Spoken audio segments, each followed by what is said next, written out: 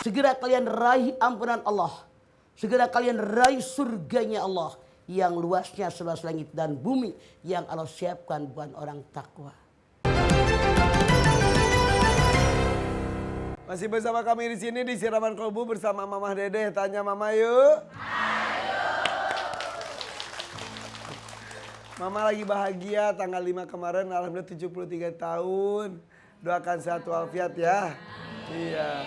Mensyukuri nikmat umur. Iya. Usia 73 masih kena bisa ngoret, masih kena bisa jalan. Alhamdulillah. Alhamdulillah masih bisa bersiar kemana-mana ya Bu ya. Hebat. Nah, di sini juga di samping Mama ada Ibu Mahbubah Amin.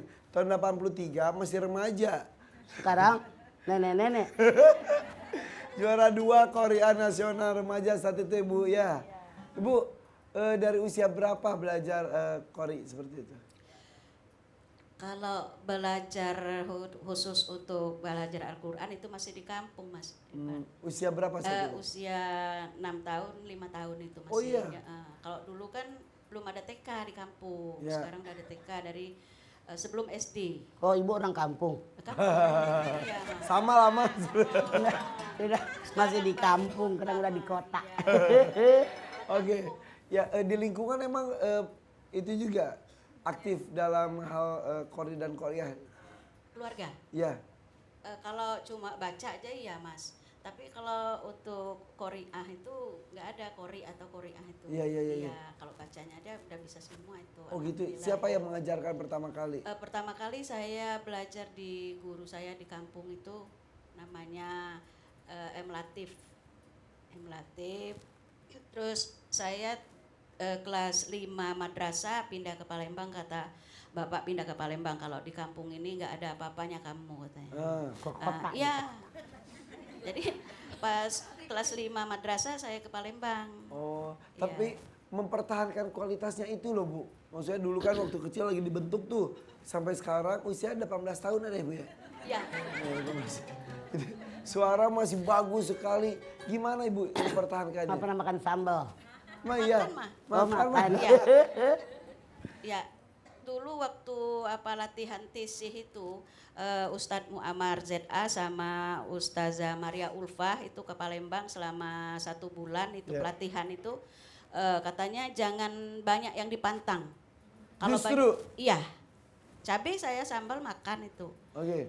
Minyak gorengan makan saya, nggak ada pantangan itu. Oke. Jadi iya dia bilang jangan ada yang dipantang. Kalau semakin kita pantang semakin apa katanya. Pas Oke. kita makan akhirnya suara kita rusak katanya. Oh, nah Iya. mempertahankannya itu berarti berlatih terus. Iya. Saya ngisi majelis-majelis taklim. Oh gitu. Iya, setiap Diundang hari. sana sini. Iya. Khususnya majelis taklim di Jakabaring. Oke, Masya Allah. Bu Mahbubah terima kasih ya. Memberikan inspirasi pada kita bahwa membaca Quran juga harus dengan indahnya juga ya. Tepuk tangan buat Lama-lama Ibu. jakanya bangun. Pertama berbaring.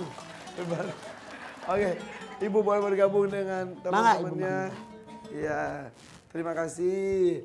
Yuk, mangga. Iya. Yuk, ke sini Bu. Lewat sini aja, boleh tepuk tangan untuk Ibu Mahbubah. Iya, mangga. Iya Ibu. Oke, Mah, ini tema kita adalah amarah merusak iman dan takwa. Dan juga tadi saya bertanya pada Mama gimana kalau saya maafkan tapi tidak akan saya lupakan. Seperti itu. Silakan Mama. Bismillahirrahmanirrahim. Assalamualaikum warahmatullahi wabarakatuh. Alhamdulillah dzikrihi tatma'innal qulub bi fadlihi tubbaru dzunub.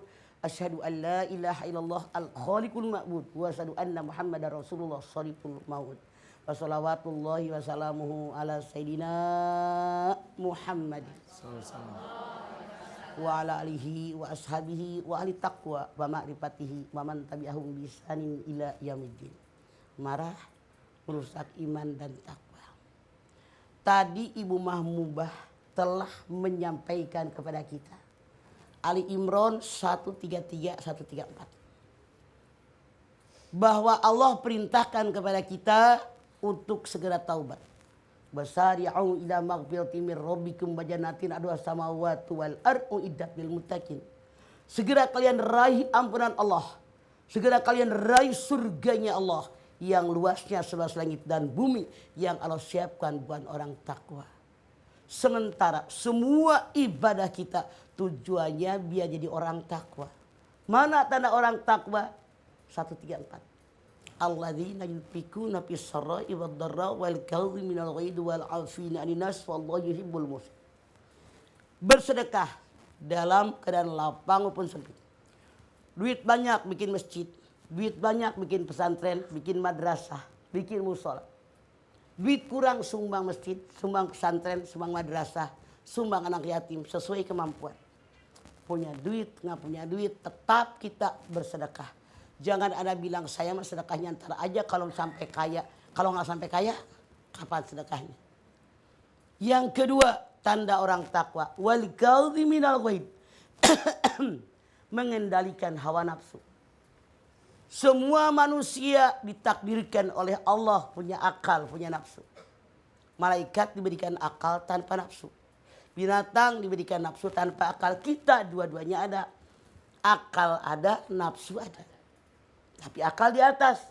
Dahulukan akal. Makanya orang takwa wal kadhiminal ghaidh, orang yang mengendalikan hawa nafsu. Orang yang kuat dalam Islam bukan orang yang bisa membanting lawannya, tapi orang yang bisa mengendalikan hawa nafsu. Suatu ketika seorang laki-laki bertanya, "Ya Rasulullah, berikan saya sebuah nasihat. La taghdab, jangan marah." Kok pendek amat kata dia? "Ya Rasulullah, berikan nasihat yang lain." Rasul tetap menjawab, "La taghdab, jangan marah." Ini orang penasaran, pendek banget ya. "Ya Rasulullah, berikan kepada saya nasihat." La taghdab. 3 kali bertanya, jawabannya 3 kali sama, jangan marah. Kenapa? Orang yang bertanya sering marah. Kenapa? Dengan kemarahan akal sehat gak jalan. Yang jalan nafsu kita. Yang gak pantas diomong. Melotot. Matanya merah, tangannya bergerak, kakinya bergerak. Itu orang marah. Bagaimana mengendalikan kemarahan? Rasul mengatakan yang pertama diam. Kenapa diam? Apa aja yang diam? Diam, mulutnya diam. Matanya diam. Jangan melotot. Tangannya diam, kakinya diam. Kenapa? Anda lihat. Orang yang marah tidak dikendalikan dengan diam. Nyerocos ngomong yang tidak layak diomongin.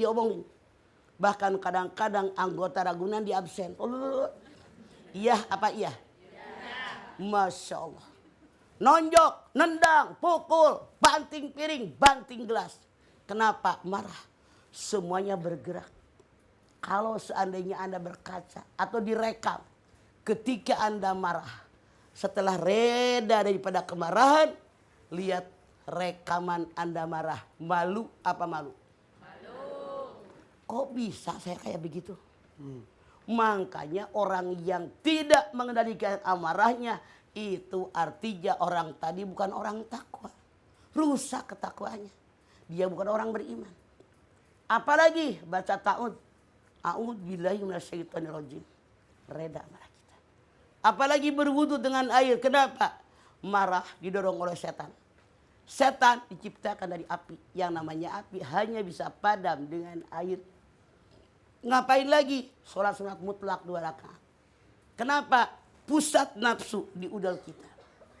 Dengan kita sholat sunat mutlak 2 rakaat. 2 kali ruku ketekuk. 4 kali sujud jauh ketekuk di udal kita. Makanya selesai sembahyang sunat 2 rakaat. Walaupun masih ada nafsu kita. Kecil persentasenya. Mengendalikannya semakin mudah. Atau berubah posisi. Berdiri, marah, duduk. Duduk masih marah, berbaring. Kenapa? Orang beri bisa nonjok, bisa mukul, bisa nendang. Tapi kalau duduk, berkurang nggak gerakannya? Berkurang. Apalagi berbaring.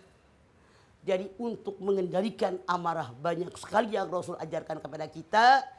Kalau kita benar-benar tidak ingin rusak akidah kita, maka kendalikan hawa nafsu. Jangan gampang marah, tapi pakai akal sehat. Begitu. Kalau pas sholatnya dalam kondisi masih marah, Allah, gini. Artinya munafik. Sholat itu perintah Allah. Melaksanakan perintah Allah. Tapi marah dilarang oleh Allah. Perintah dikerjakan sambil mengerjakan yang dilarang. Pantas tuh gimana masuk ngarang wae. Pada kondisi marah nih, biar marahnya berkurang, udah wudhu masih marah. Gitu gimana? Masya Allah. Kalau orang yang hatinya benar-benar. Dia yakin Allah bisa mengendalikan nafsu saya.